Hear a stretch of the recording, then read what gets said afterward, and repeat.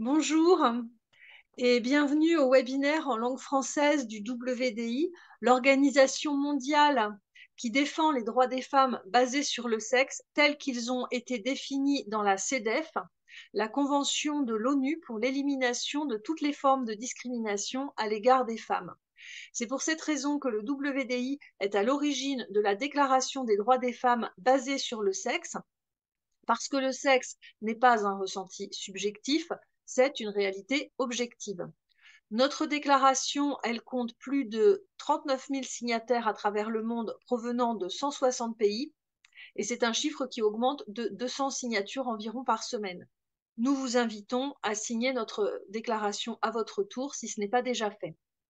Alors notre déclaration, elle se compose de 9 articles, parmi lesquels l'article 5 réaffirme les droits des femmes à la liberté de réunion et d'association, et l'article 9 réaffirme le besoin de protection des droits de l'enfant. Aujourd'hui, nous recevons Céline Masson.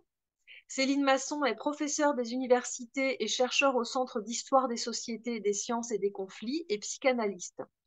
Aujourd'hui, elle vient nous parler du livre qu'elle a coécrit avec Caroline Eliacheff, Le Sermon d'Hippocrate. Céline Masson et Caroline Eliacheff sont co-directrices de l'Observatoire de la Petite Sirène et avaient déjà coécrit La fabrique de l'enfant transgenre, paru en 2022. Bonjour Céline. Bonjour. Alors, première question, comment est venue l'idée de ce livre? Bonjour à tout le monde et merci pour cette invitation. Effectivement, il y a eu un premier livre qui était une alerte en raison de cette augmentation d'adolescents qui se transidentifient. Et ce livre a connu des attaques.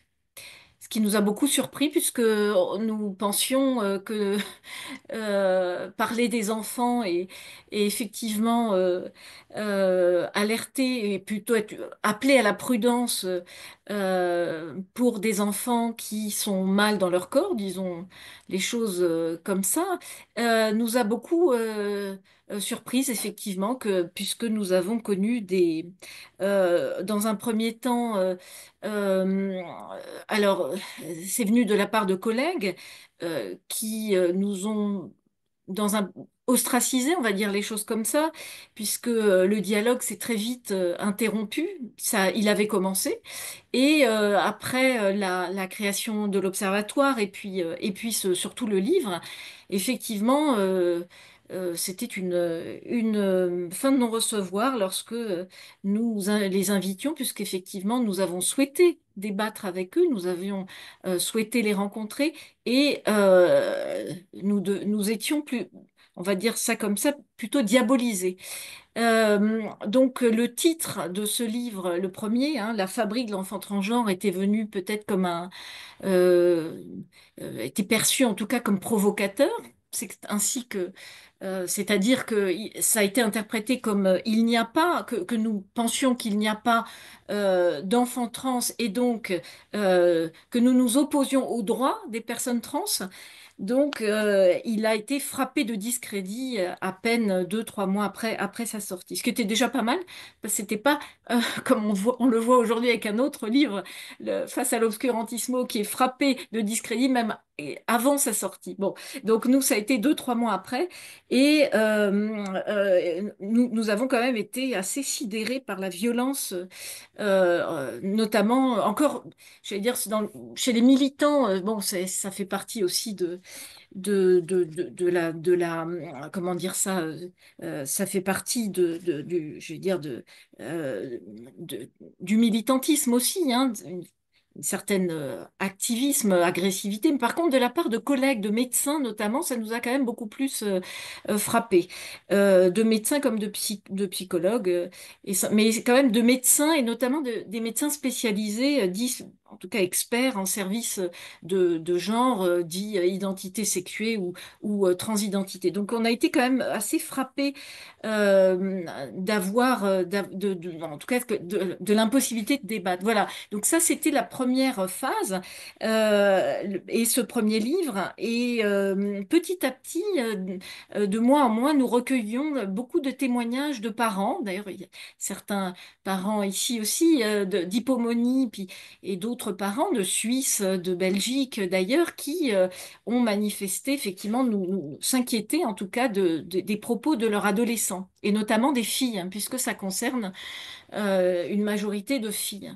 Et en recueillant ces témoignages de parents, mais aussi d'adolescents, parce que moi j'ai commencé à voir ces adolescents, d'ailleurs je ne le disais pas jusqu'à présent parce que je m'inquiétais aussi de la possibilité d'être accusée de thérapie de conversion, hein, puisque vous savez que ça fait partie de certains, en tout cas de certaines accusations, thérapie de conversion comme transphobie. J'ai rencontré ces adolescentes et je les suis depuis quelques années. Donc, parce que dans un premier temps, on nous avait dit qu'on ne connaissait pas le sujet, qu'on ne pouvait pas parler, qu'on ne pouvait pas dire ce qu'on disait, étant donné que nous ne connaissions pas, que nous ne rencontrions pas ces adolescents. Donc, il se trouve que je les ai rencontrés. J'ai rencontré pas mal d'adolescentes et également des adolescents, des garçons, mais plus majoritairement des filles. Et ça corrobore complètement les témoignages que nous avons pu avoir venant d'Angleterre ou des États-Unis, de médecins, de psychologues, de psychanalystes. Et je rencontrais exactement les mêmes adolescents. Et je me suis rendu compte qu'effectivement, ces adolescentes, ces filles, en fait, c'est de la clinique du quotidien, hein, c'est la clinique de l'adolescent au quotidien, c'est-à-dire avec des difficultés par rapport à leur corps, au moment de la puberté, le développement des seins, les règles qui arrivent. Bon, ça peut générer chez des filles des formes d'anorexie, donc de troubles, de ce qu'on appelle le trouble anxio-dépressif et d'autres formes de psychopathologie de l'adolescent et de l'adolescente. Donc je me suis très vite aperçue aussi que c'est ce qu'on appelle les comorbidités, mais en fait c'est pas des comorbidités, c'est le trouble de l'adolescence. C'est vraiment au centre même de la problématique de l'adolescence, c'est-à-dire ces symptômes de ces filles qui ne supportent pas le développement de leur corps et qui veulent. Alors c'est intéressant parce qu'en fait elles veulent pas changer de sexe, mais elles veulent changer de corps. Ce qui n'est pas tout à fait pareil. Vous voyez, là aussi, il y a quand même une confusion. Donc voilà, c'est en recueillant ces témoignages, en rencontrant ces adolescents et surtout en ayant vu aussi comment on peut dire ça, le comportement de certains médecins et les propos tenus par certains médecins que nous avons décidé d'écrire ce deuxième livre. Voilà, donc c'est vraiment venu avec... alors, en même temps, s'écrivait un témoignage passionnant d'un père et de sa fille. Et le livre donc s'ouvre sur un témoignage d'un des premiers parents que nous recevions à l'Observatoire. Et c'était absolument frappant parce que là, c'est dans l'après-coup que ce père et sa fille décrivaient ce qui leur était arrivé. Donc, c'est une fille qui avait 13 ans, qui avait fait un coming out d'abord homosexuel, s'est déclarée lesbienne à 13 14 ans.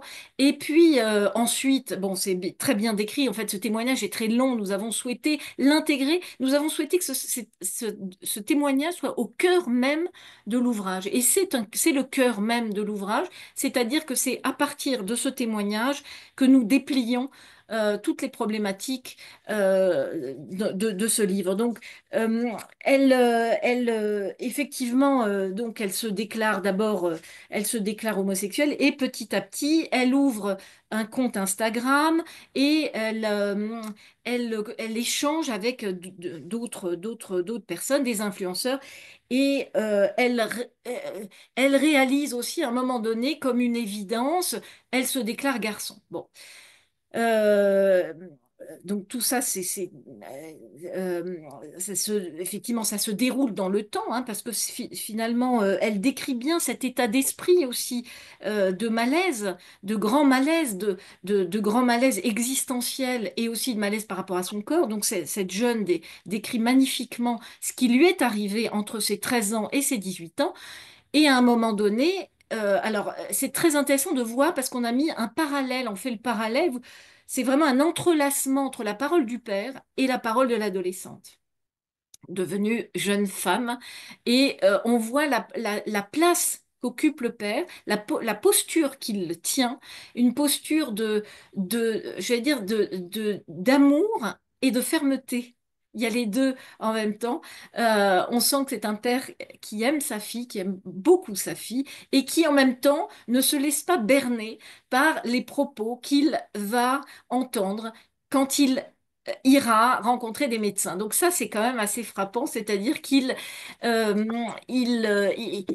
il entend sa fille, il aime sa fille, il suit sa fille qui l'accompagne, je vais dire c'est plutôt elle qui l'accompagne dans ses services à l'hôpital, mais aussi dans un foyer.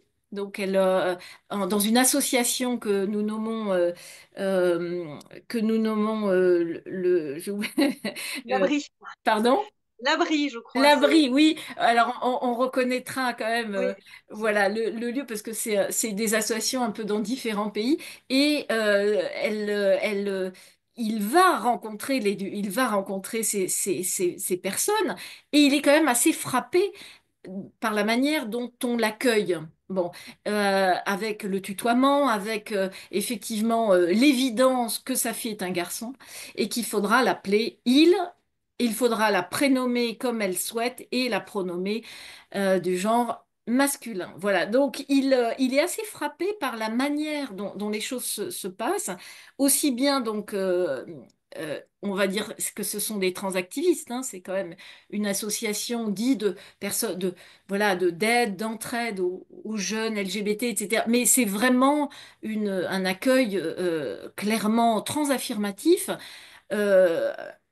euh, qui est dans l'affirmation, qui ne laisse même pas la place au doute, parce que ces jeunes-là, ces filles-là ont évidemment des doutes. On dit qu'elles sont affirmées, mais non, elles ont un doute, mais on va d'emblée annuler ce doute. On va en tout cas ne entendre leur affirmation, parce qu'elle dit, je suis un garçon et maintenant il va falloir, mais il y a entre ces affirmations et il y a des moments de doute aussi, sauf que ça, c'est pas entendu dans ces associations, mais aussi bien dans ces services de médecine du genre. Donc le père arrive aussi et dans ce service et le médecin lui dit quand il entend que sa fille va mal, c'est vrai, parce que ces jeunes vont mal, ces adolescentes vont mal, et il dit, mais voulez-vous une fille morte ou un garçon vivant? Ça a frappé, ça m'a frappé quand ce père m'a raconté ça au tout début. J'avoue que j'ai cru que c'était juste dans ce service-là qu'on disait des choses comme ça. Je me suis rendu compte que c'était un slogan. C'est un slogan qui s'énonce dans différents lieux et ce qui vient du monde transactiviste, qui vient donc de la militance, qui a imprégné le milieu aussi et la langue médicale.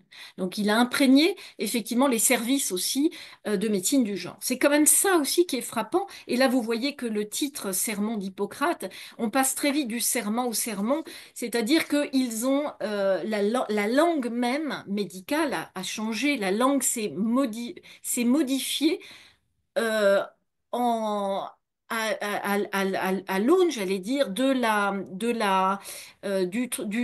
militantisme et des discours militants. Voilà, donc cette langue s'est imprégnée de militantisme, si bien que ces propos-là se retrouvent. Voulez-vous une fille morte ou un garçon vivant? Bon, déjà, c'est vrai que c'est quand même assez surprenant qu'un psychiatre vienne effrayer comme ça des parents.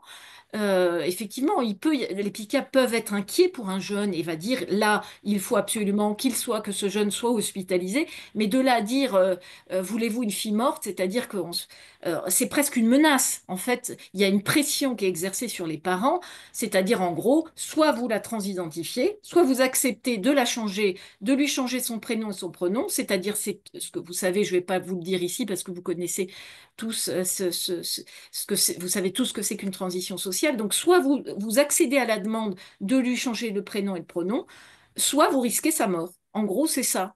Donc, c'est vraiment une menace.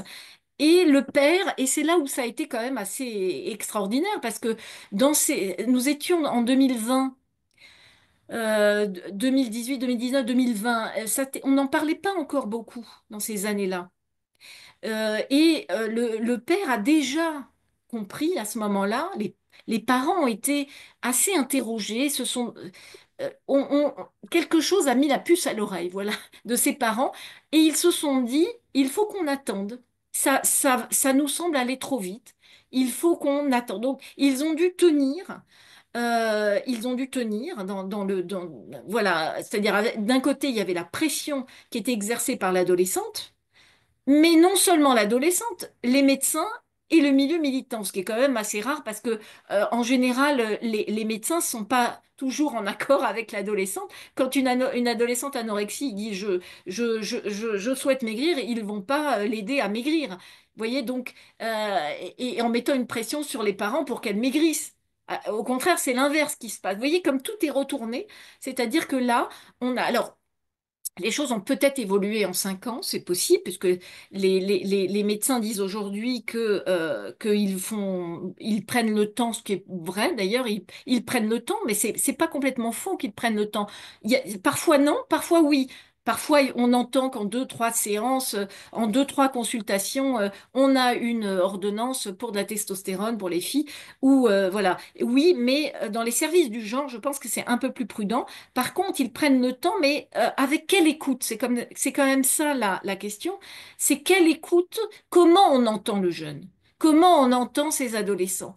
Alors, on peut prendre un an, mais avec une écoute qui est une écoute transaffirmative. Je dis ça un peu rapidement, mais c'est ça un peu l'inquiétude. Euh, Quand on écoute le jeune de manière neutre, neutre ne veut pas dire, alors j'ai proposé un nouveau mot qui serait le neutrisme. Le neutrisme, c'est aussi une idéologie, c'est-à-dire de surtout pas intervenir parce qu'on a peur de la réaction de parents, de la réaction du jeune. Non, le neutre, c'est-à-dire qu'on n'amène pas l'adolescent ni dans un sens ni dans l'autre. On est là pour entendre ses difficultés, ses souffrances. Et aussi, on interroge cette volonté de changer de corps, de changer de genre, on interroge les mots, vous voyez? Donc, c'est ça, en fait, cette neutralité qui est propre au psy, c'est-à-dire pour permettre que se déploient les interrogations du jeune et enfin arriver peut-être à ce que le jeune lui-même s'interroge sur cette demande assez fulgurante. D'ailleurs, on y arrive, parce que ces jeunes-là, finalement, s'interrogent à un moment donné de la thérapie sur pourquoi ils veulent changer de corps et pourquoi ils n'aiment pas et pourquoi. Alors c'est pas tant quand une fille dit qu'elle veut être un garçon, c'est pas tant qu'elle veut être un garçon, c'est qu'elle ne veut pas être une fille. Ça, je crois que ça a été dit par pas mal de collègues déjà, mais c'est quand même, c'est de la clinique, c'est exactement ce qui se passe. C'est que ces filles, vous vous rendez compte, je parle pour les filles, là, hein, c'est vraiment ne pas vouloir être une fille. Et donc se projeter dans quelque chose qui est garçon. Mais quand vous dites garçon, c'est pas avoir un sexe de garçon, parce que c'est pas ça en fait. C'est ne pas avoir de sein. Alors est-ce que ne pas avoir de sein, c'est être un garçon? Vous voyez, c'est comme ça aussi qu'on peut travailler avec ces jeunes. C'est-à-dire, qu'est-ce que ça veut dire pour toi que d'être un garçon et de dire que c'est en fait des seins que tu veux pas? Dans ce cas-là, qu'est-ce qu'être un garçon? Et petit à petit, quand vous amenez ce questionnement, ça bouge. Et les doutes émergent, la réflexion aussi, parce qu'il ne faut pas penser qu'ils sont tous abrutis par une idéologie. C'est pas tout à fait le cas. Je pense que ces jeunes sont simplement mal et ont cherché des solutions. Donc, le livre, que ce soit d'ailleurs le premier ou celui-ci, parle effectivement aussi de solutions pour ces jeunes. Et vous le voyez dans ce témoignage, on voit à quel point c'est une solution, c'est une béquille, c'est vraiment un soutien. Le fait de se dire garçon est un soutien à un moment donné où elle va mal parce que elle imagine qu'elle va sortir de son corps. En fait, on sent même, voyez un peu cette gnose, enfin cette pensée un peu gnostique même chez ces filles, qu'elles vont sortir du corps, en fait, ça, et se projeter dans un autre corps pour abandonner cette enveloppe. Et en fait, on sent que, et à un moment donné, elles vont pouvoir vous dire, ah, mais finalement, bon, j'ai compris que c'était absolument pas possible. Bon, ben finalement, ça me plaît pas, mais c'est comme ça. Donc, je vais passer un peu à autre chose. C'est vrai qu'on a ce propos quand vous remettez le jeune face à, à une réalité, c'est-à-dire qu'on ne change pas de corps, on ne change pas de sexe. Voilà, on peut changer évidemment l'apparence, mais on et en plus chez l'adolescence, ce qu'on va pouvoir dire, c'est pas avant tes 18 ans. Donc ça, en tout cas quand les parents viennent vers moi, ils savent que je suis sur cette ligne de pas d'intervention médicale avant 18 ans. Mais ça n'empêche pas qu'on peut tout à fait interroger, jouer aussi sur les prénoms, sur les, moi j'ai, voilà, sur le prénom, sur le pronom. Bon, donc, voyez à quel point cette force de la clinique, en tout cas cette force du témoignage, parce que là, c'est pas de la clinique à proprement parler, c'est un témoignage, nous a donné des éléments de réflexion. Et c'est vrai qu'il a fallu du temps. Vous voyez, ça fait 5 ans maintenant qu'on travaille sur, qu'on a créé l'Observatoire en 2020, fin 2020, début de 2021. Il a fallu du temps pour entendre, il a fallu du temps aussi pour comprendre. Je crois qu'il y a le temps pour entendre et il y a le temps pour comprendre. Et nous nous sommes rendus compte que c'était une idéologie. C'était une idéologie. C'est une idéologie qui, en tout cas, on parle d'idéologie identitaire. Je préfère au mot wokisme. C'est en débat en ce moment, vous le savez, dans l'actualité. Bien que je participe à ce livre collectif avec mes collègues sur l'obscurantisme woke, j'aime l'idée, en tout cas pour notre sujet, d'idéologie identitariste ou identitaire, parce qu'on a un repliement sur une identité. On a un repliement sur cette identité au détriment, finalement, d'une prise en charge holistique de la personne et notamment du jeune. Et c'est pour ça qu'on a parlé de médecine sous emprise des idéologies identitaires. Donc là, on a effectivement une médecine donc, qui va se centrer sur la demande du jeune, sur son ressenti, ce que j'ai appelé le ressentisme, c'est-à-dire, parce que les ressentis, c'est important, évidemment, on travaille, nous, avec des ressentis, et un médecin aussi travaille avec des ressentis, c'est pas ça que je dis. Ce que là, on a voulu dire, c'est que le ressentisme, c'est de penser que seul le ressenti du jeune compte et que nous ne pouvons pas interroger ce ressenti. Parce que c'est quand même ce qui se passe, c'est que pour ces médecins, nous ne pouvons pas interroger la demande du jeune. Nous ne pouvons pas interroger son ressenti, c'est son ressenti, et il est essentialisé. Vous voyez, on a une essentialisation des ressentis au détriment de la raison et de la raison médicale. Donc c'est ça qui est pernicieux, c'est ça qui est, à mon avis, dangereux, c'est que le médecin n'a pas là, je dis bien certains médecins, parce qu'évidemment, on n'est pas là, nous-mêmes, à essentialiser les médecins, parce que c'est certains médecins, très peu nombreux, c'est quelques médecins, mais dans chaque pays, parce qu'on a tous fait ce constat, nos propos corroborent les propos d'autres collègues dans les services du genre, parce que même si nous ne sommes pas dans ces services, nos collègues le sont, ou l'ont été. On pense aux JIDS, au Royaume-Uni avec nos collègues David Bell et tous les collègues à Hakem, là que je viens de voir un témoignage, enfin il vient de dire exactement ce que je suis en train de vous dire, il vient de le dire là aujourd'hui, de sortir un texte qui porte exactement sur la même chose et en disant mais je comprends pas que des médecins n'aient pas réagi, donc il était au cœur de ces services-là. Donc Rika Tierkku Katiala, notre collègue de Finlande, elle-même a créé un service du genre. Vous voyez, donc on a des personnes qui étaient, avant même nos collègues, dans les années 2000, ont créé des services du genre dans les pays pionniers. Donc la Finlande, la Suède, le Royaume-Uni, aux États-Unis, certaines cliniques aux États-Unis, Ken Zucker évidemment, qui à un moment donné ont vu que ça ne correspondait plus du tout à la clinique qu'ils avaient au départ. C'est-à-dire, je ne vais pas vous le redire parce que je pense que vous connaissez ça très bien, c'est-à-dire c'était des petits garçons au départ et très minoritaire. C'était un petit phénomène de garçons, effectivement effectivement, dont on ne comprend pas bien pourquoi ils avaient ce ressenti et cette douleur, effectivement, de pas ce besoin d'appartenir à l'autre sexe. Bon, mais ça correspond absolument pas à la population qu'on a aujourd'hui. Ça n'a rien à voir. C'est pour ça que on a osé dire, mais ça nous a pris du temps. Nous n'avons pas affirmé ça, nous non plus, comme ça. Mais avec la clinique et le temps, nous disons que ce ne sont pas des enfants trans. D'abord, qu'est-ce que c'est qu'un enfant trans? Bon, ça pose aussi cette question. Un enfant est un enfant en développement avec avec bon, une évolution, évidemment, une évolution psychique, développementale. Enfin, à tout niveau, l'enfant évolue au sein d'une famille, au sein d'une société. Donc, déjà, c'est un être en évolution. Qu'est-ce qu'un enfant trans? Aujourd'hui, un enfant trans est un enfant figé dans le temps. Quand je dis un enfant trans aujourd'hui, c'est un enfant tiré trans, c'est-à-dire un enfant tel que les transactivistes le définissent, c'est-à-dire un enfant qui s'affirme comme trans et dont il faudrait accepter, enfin, en tout cas, entendre sa demande et l'affirmer dans son genre ressenti. Donc, on est passé du transsexualisme, ça, je ne vais pas vous faire l'histoire parce que vous connaissez ça très bien, au transgenrisme, qui n'est absolument pas pareil. Je parlais là, sur la liste de l'OPS, effectivement, d'un particularisme, parce que je crois que c'est quand même ça, c'est-à-dire que moi, je ne suis, enfin, je dis que le transsexualisme, il faut l'entendre, hein.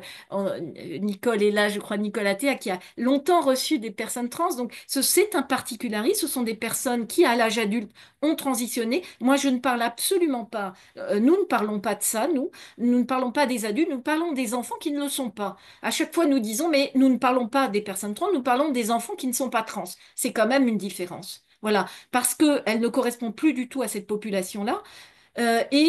Par contre, les services du genre n'ont pas pris la mesure du changement.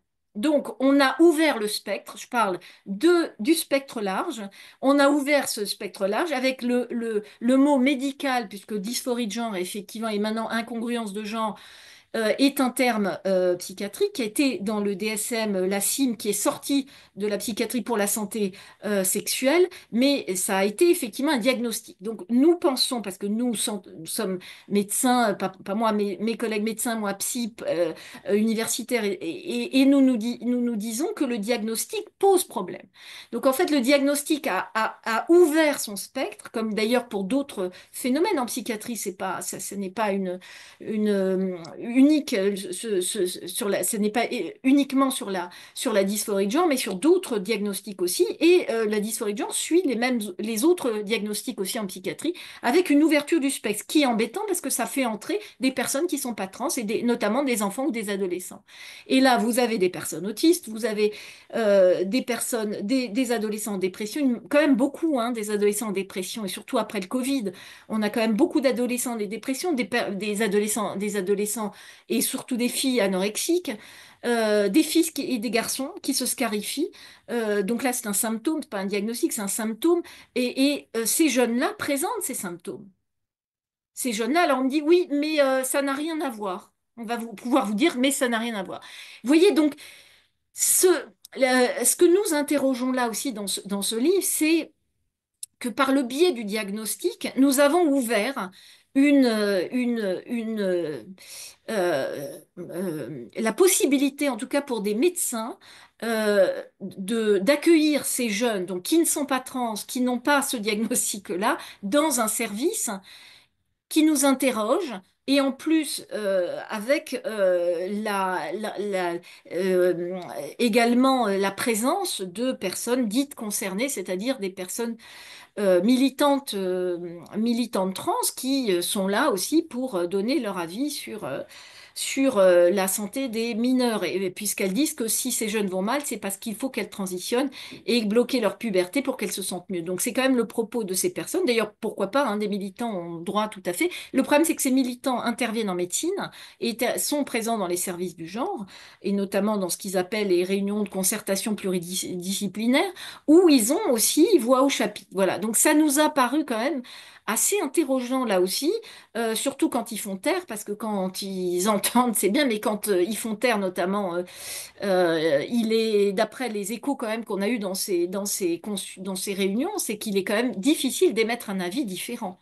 là encore, je reviens à l'aspect d'une médecine identitaire avec quand même un comportement d'intolérance, pour pas dire autre chose. Un comportement assez intolérant à l'égard de collègues qui auraient des propos critiques. Ce qui a été le cas pour une collègue à nous dans un CMP qui a dû quitter sous la pression de la personne qui dirigeait la consultation transidentité a dû quitter, étant donné qu'elle émettait, elle, un doute et surtout qu'elle interrogeait, elle souhaitait interroger la demande des jeunes et non pas l'affirmer. Bon, ça a été impossible de rester. C'est là où, encore une fois, vous voyez, tout ça a nourri ce livre. Et d'ailleurs, on le raconte hein, on le raconte aussi dans le livre, c'est-à-dire aussi ces événements qui ne sont absolument pas des épiphénomènes, mais des éléments, des symptômes. Des symptômes de l'idéologie. Ce sont des symptômes d'une idéologie de type totalitaire.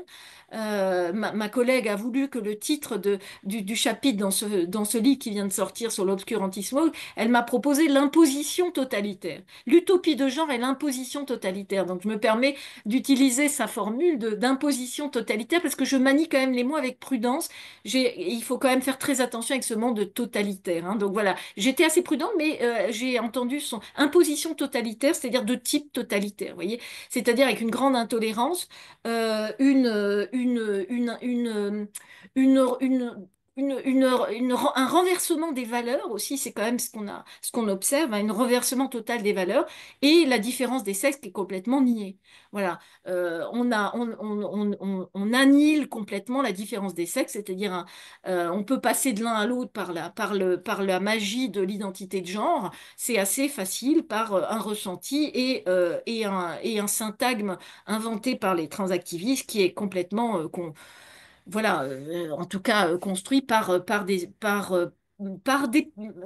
penseurs, par des penseurs des études de genre. Pourquoi pas, hein, on ne peut pas leur enlever le fait que ce soit des chercheurs, effectivement, mais ça interroge parce que moi je dis toujours, quand c'est à l'université que ce sont euh, des élucubrations à la limite universitaire, mais le problème c'est que ça a eu un impact sur la société, c'est que ces propositions d'universitaires, il y a eu évidemment Judith Butler qui est aussi une militante, hein, en plus d'être universitaire, ça a un impact sur les jeunes, ça a eu un impact sur les adolescents, et c'est pas être réac ou d'extrême droite de dire ça, ce sont des faits, c'est une évidence. Je veux dire, c'est une évidence. Elle a un impact quand vous entendez ces jeunes. Voilà, donc euh, le livre a voulu se saisir de la manière dont, à partir à partir de la construction d'une idéologie, à partir de réflexions effectivement de ceux qui sont universitaires, comment ça a impacté aussi la médecine et comment ça a impacté la société et notamment les plus jeunes d'entre eux, c'est-à-dire les adolescents. Voilà, c'est ça aussi que nous avons voulu démontrer. Vous voyez que on tire les fils à chaque fois, nous tirons les fils quand même de ce témoignage parce que tout y est. Ce témoignage dit tout ça, c'est-à-dire comment elle, par le biais des réseaux sociaux, effectivement, elle a, parce que c'est redescendu effectivement au niveau des influences, c'est-à-dire des réseaux sociaux qui sont un lieu de propagande, on peut dire ça peut être un lieu de propagande aussi, les réseaux sociaux, et de diffusion d'idées qui peuvent avoir un impact non seulement sur le psychisme, mais sur le corps d'adolescents. Donc tout ça, vous le tirez du témoignage, tout est là tout est là. Alors, on a voulu voir dans l'histoire, on a voulu rendre compte aussi de certains phénomènes dans l'histoire. Et donc nous avons parlé du lysenkisme, de la lobotomie, voilà, comparé, mais ça on n'est pas les seuls, d'autres l'ont fait aussi, hein, parce que c'était quand même intéressant de voir que pour la lobotomie, parce que je me suis intéressée, j'ai demandé aux neurologues et certains neurologues qui travaillent avec nous, et il y a un article de chirurgien très intéressant qui montre qu'il y avait une majorité de femmes qui ont été lobotomisées. Donc je me suis dit, tiens, c'est quand même intéressant que souvent quand elles avaient des comportements atypiques ou alors on les considérait comme hystériques, et ben elles passaient par la table d'opération et on leur et par le bistouri pour d'une certaine manière les calmer. Donc c'était quand même intéressant de voir que dans l'histoire des femmes ont été lobotomisées.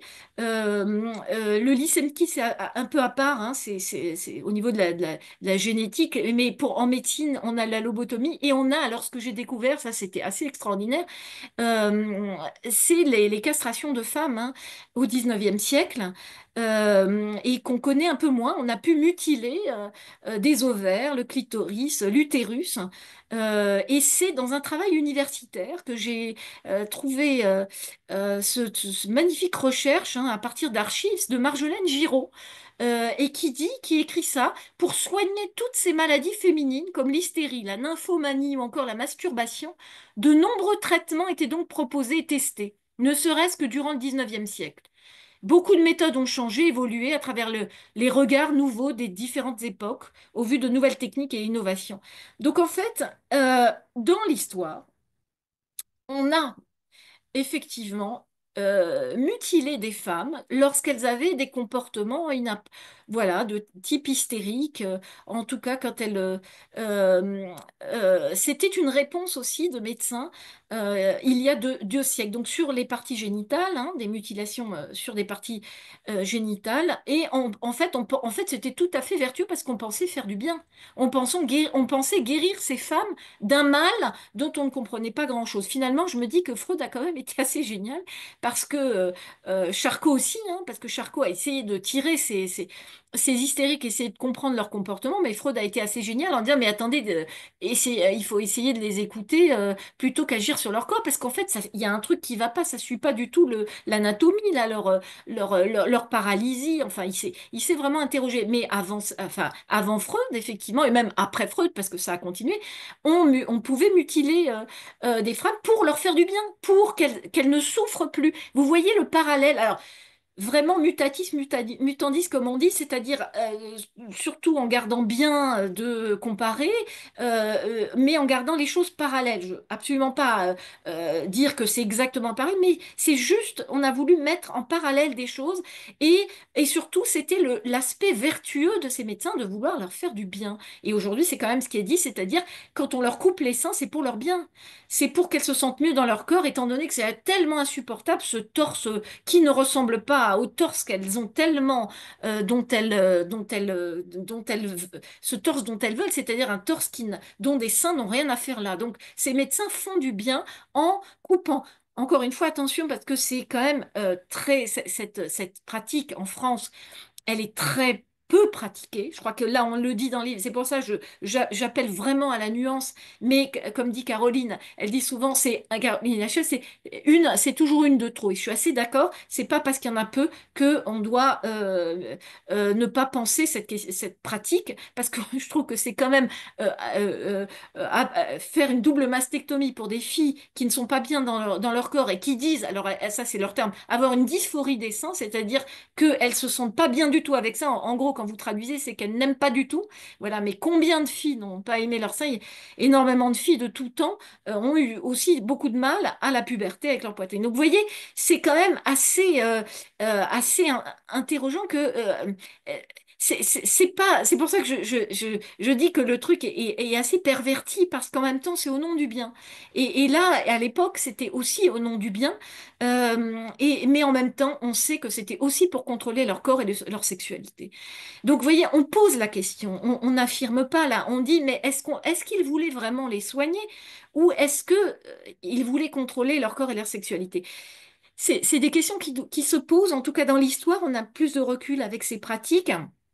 Et surtout, nous, psychanalystes, savons ce que c'était. La psychanalyse est née à partir de ça, il faut quand même le dire. Elle est née à partir de là, c'est-à-dire en disant, on ne peut pas prendre au mot, prenons un peu de distance avec les mots des patients. Si elles nous disent les propos que pouvaient dire les hystériques, effectivement, et en tout cas les mots MAUX, c'était les mots et les mots, il fallait peut-être pas, il fallait faire quelques pas de côté pour entendre ce que ça voulait dire ces paralysies, ces comportements, ces crises scolastiques. Enfin, il y avait toutes sortes de choses assez extraordinaires et assez démonstratives. Et on a voulu prendre un peu de distance, les psychanalystes ont voulu prendre un peu de distance avec ces comportements assez spectaculaires. Et effectivement, effectivement, on était du côté d'un spectacle, d'où l'idée d'hystérie, de monstration. Il y avait du spectacle, mais on a remarqué aussi que plus le médecin allait dans le sens du patient, plus elle faisait ses crises. Et c'est un peu quand même ce qui peut se passer avec ces jeunes, parce que quand en face, vous avez une certaine autorité, je crois que le mot est intéressant, c'est-à-dire une autorité, c'est pas du tout l'autorité. L'autorité, c'est ce qui fait grandir. L'autorité, c'est à un moment donné, c'est un adulte bienveillant qui met des limites. C'est ça l'autorité. L'autorité, ça vient d'auteur, hein, c'est comment faire grandir. C'est ça l'autorité. Donc comment faire grandir le jeune? C'est-à-dire en n'acceptant pas tout ce qu'il veut.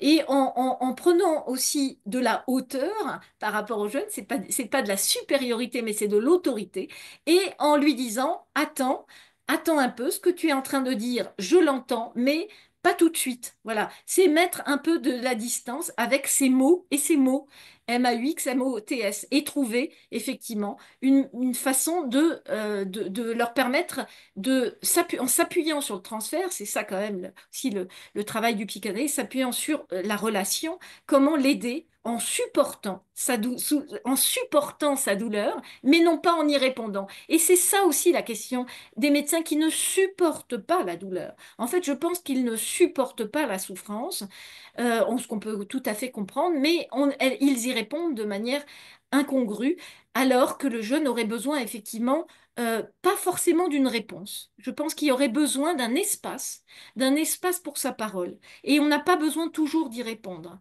On a besoin effectivement, alors il y a toutes sortes de choses, il y a des médicaments aussi qui permettent aux jeunes, c'est encore différent, les antidépresseurs, je pense qu'il faut aussi, et c'est très intéressant de travailler d'ailleurs en binôme avec un psychiatre, psychologue, enfin, un médecin et un psy, pour effectivement donner aussi la possibilité d'apaiser des angoisses. Donc c'est pas du tout, c'est quelque chose qui peut se faire, mais vous voyez, c'est créer des espaces transitionnels, c'est créer ces espaces de création, parce que je crois beaucoup à la création pour ces jeunes, et quelque chose de tisser quelque chose avec eux en inventant en tout cas un dispositif. Il faut toujours inventer un dispositif nouveau avec ces jeunes, avec des adolescents. On ne fait qu'inventer toujours un dispositif nouveau à partir évidemment d'un cadre qui est commun à nous tous, mais en même temps en inventant à chaque fois. Et ces jeunes ne se ressemblent pas. Leurs discours, certains discours sont des discours complètement surfaits, c'est clair, mais quand vous avez dépassé ce discours surfait, vous découvrez l'être même de l'adolescence, c'est-à-dire avec une authenticité. Et vous n'avez pas ça quand vous avez des discours empruntés. Et malheureusement, encore une fois, quand on est idéologue, et je pense quand on est idéologue, on encourage ce discours et on l'alimente. Alors que si le médecin, effectivement, prenait un peu de distance, je pense que ça retombe à un moment donné. Le jeune, à un moment donné, lâche ces objets, hein, que sont ces objets, ces mots objets, parce que ce sont des mots emprunts et ce sont pas des mots authentiques. Vous sentez qu'il n'y a pas d'authenticité à ce moment-là quand ils disent j'ai mon sexe assigné à la naissance, ou c'est complètement emprunt, et je pense qu'on peut dépasser ça avec le jeune à condition effectivement d'une bienveillance, de surtout pas contrer le jeune, c'est évident, mais en tout cas avec une bienveillance. Donc je reviens sur cette idée parce que je reviens à la naissance en fait de la psychanalyse. C'est pas étonnant que ce soit dans pas mal de pays des psychanalystes qui ont été des lanceurs d'alerte. Parce il y a quand même une distance par rapport au corps. Les psychanalystes ont été des médecins, faut toujours le rappeler. C'était des médecins, les psychanalystes. Et ça, c'est né, sans la médecine, je pense qu'il n'y aurait pas eu psychanalyse. C'est né sur le terrain même de la médecine et du corps. Mais pour prendre cette distance, vous voyez, par rapport aux mots MAUX, pour redonner des mots aux mots, effectivement, c'est ce qui, à mon avis, a lieu de faire. Et c'est ce qu'a fait Freud, qui a permis quand même qu'on mutile un peu moins certainement ces femmes hystériques. Donc, vous voyez, ces pratiques ont eu un succès incroyable en 1870. Un succès incroyable euh, pour toutes sortes de pathologies, entre guillemets. Ils appelaient ça des pathologies comportementales et ça servait donc à résoudre des problèmes comportementaux en mutilant, en retirant un utérus, des ovaires ou un clitoris. Bon. Donc ils ont donc les premiers à avoir commencé d'ailleurs, c'est les Anglais. C'est des chirurgiens. Ça a été effectivement en Angleterre, hein. On a eu ça en Angleterre. Donc il y a Lacker aussi, Thomas Lacker, qui raconte bien l'histoire des castrations féminines. Et donc, effectivement, vous voyez que quand on comprend pas, ça montre aussi que quand on comprend pas, on agit.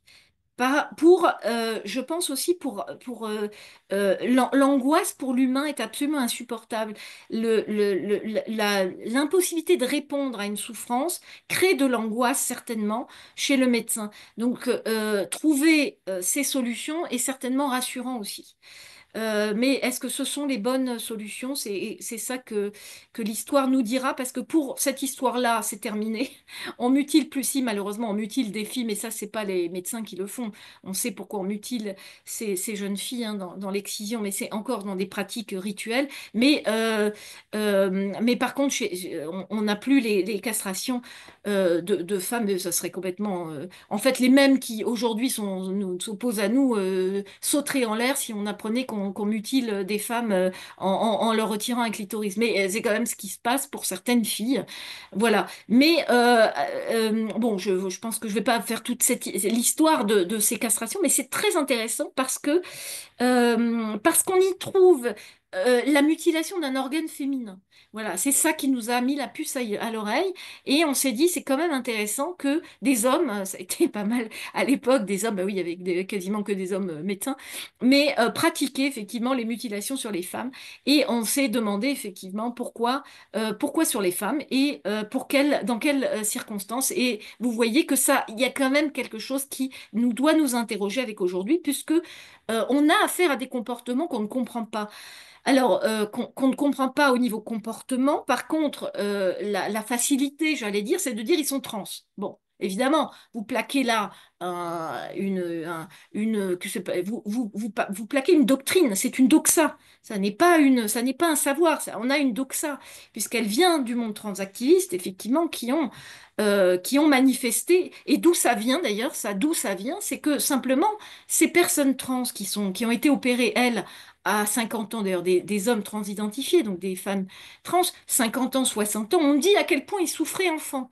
Et que comme ils ont souffert enfants, eh ben, il fallait intervenir plus tôt. C'est ça le discours des personnes, notamment transactivistes, que vous retrouvez dans les milieux médicaux, qui disent, mais c'est intolérable, nous on a tellement souffert, faut pas faire souffrir ces enfants. Vous n'êtes pas pour le bien, vous ne voulez pas le bien des enfants. Vous voyez comment on retourne effectivement ce discours, qui est un discours victimaire, qui est retourné.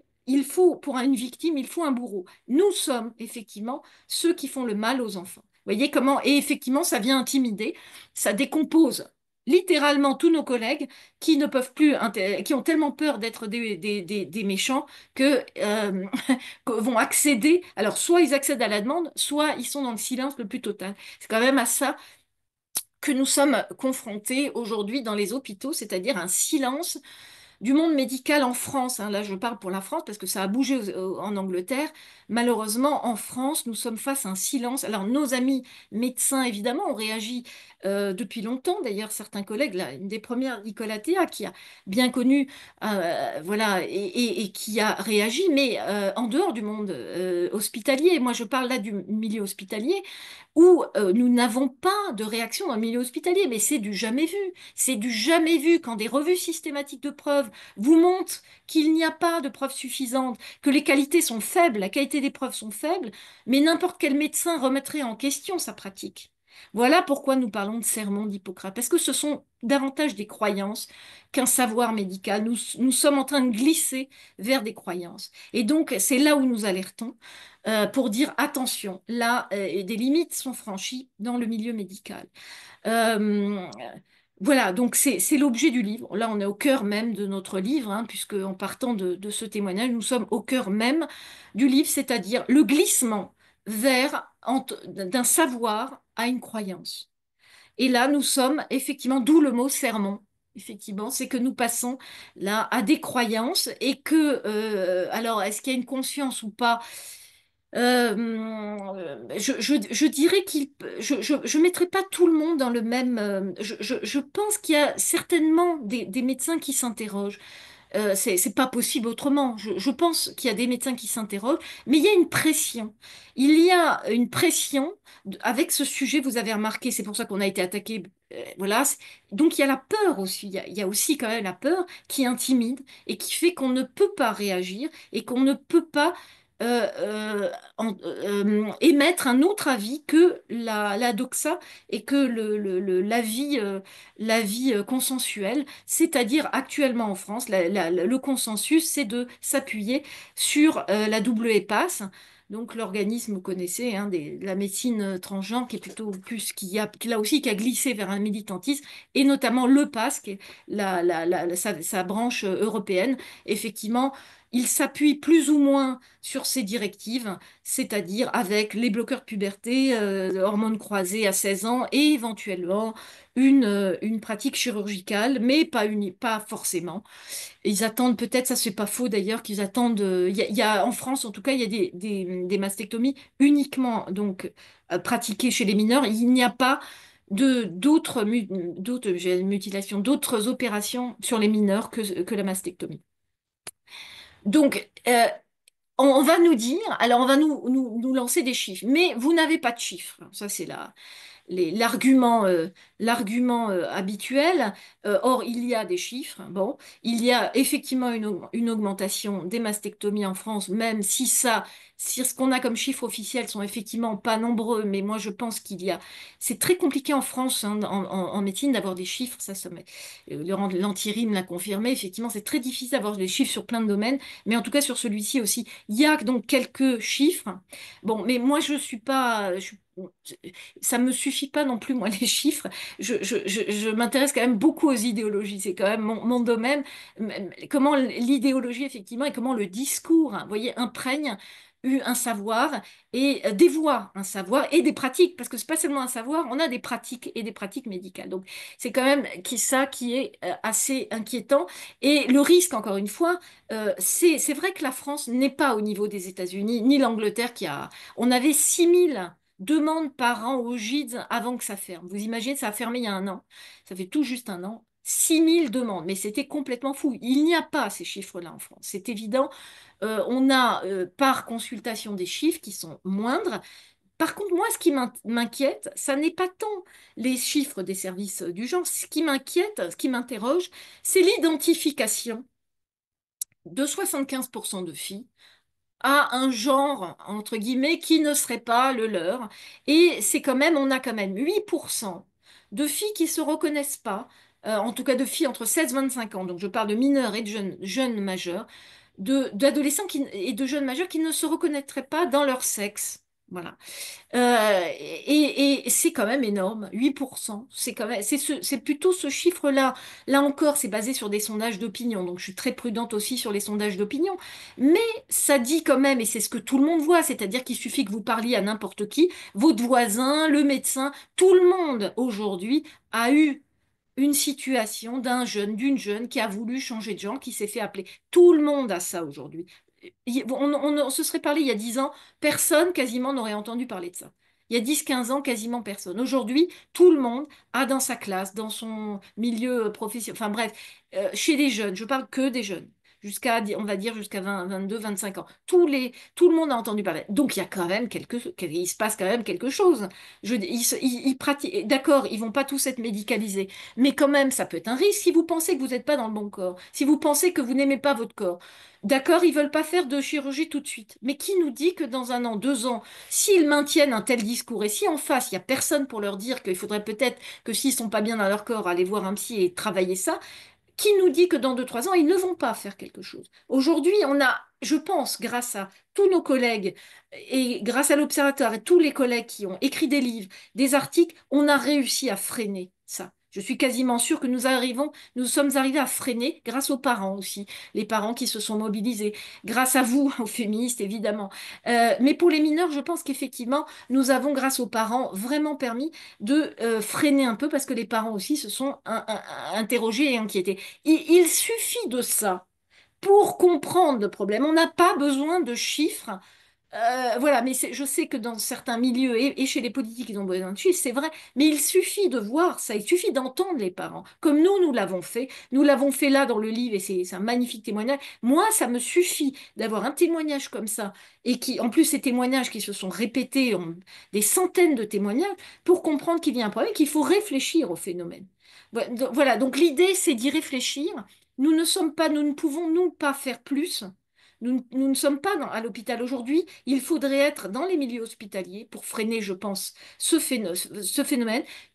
On espère que la demande va s'atténuer, qu'il y aura effectivement moins d'adolescents qui arrivent dans les services pour que les services un jour peut-être ferment et passent à autre chose. Voilà, c'est quand même l'idée, c'est qu'il y ait moins de demandes, qu'on arrive comme en Angleterre, Hilary Cass a préconisé une réorientation de ces jeunes vers des services classiques de pédopsychiatrie, avec évidemment qu'on les prenne en charge.